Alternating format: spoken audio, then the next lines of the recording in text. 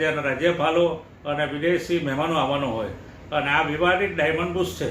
એ વિવાદિત ડાયમંડ બુશના અંદર કરોડો રૂપિયાના કોન્ટ્રાક્ટરોને પૈસા આપવામાં નથી આવ્યા અને કેટલીક ગેરરીતિઓ થઈ છે અને કેટલાક વિરોધ થાય છે. અને આવા સંજોગો પ્રધાનમંત્રીશ્રી અને મને લાગે છે કે પ્રધાનમંત્રીશ્રીને કદાચ ના ખબર હોય તો હું પ્રધાનમંત્રીશ્રીને આપના પ્રેસ માધ્યમથી જણાવવા માગું છું કે આ ખરેખર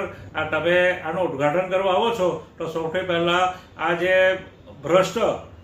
આ જે આગેવાનો છે કે જેણે બી આવા કૃત્યો કર્યા છે તેનું વખોડું છું અને ડાયમંડ બુશ સારી રીતે ચાલે એના માટે અમે પ્રાર્થના કરીએ છીએ. પણ સાથે સાથે મારે એ કહેવાનું થાય છે કે સુરત એરપોર્ટ યુપીએ શાસનના અંદર 2013ના અંતમાં એટલે કે 2024માં યુપીએ સરકારે આપણા જે પ્રફુલભાઈ પટેલ જે હતા તેમને 85 કરોડ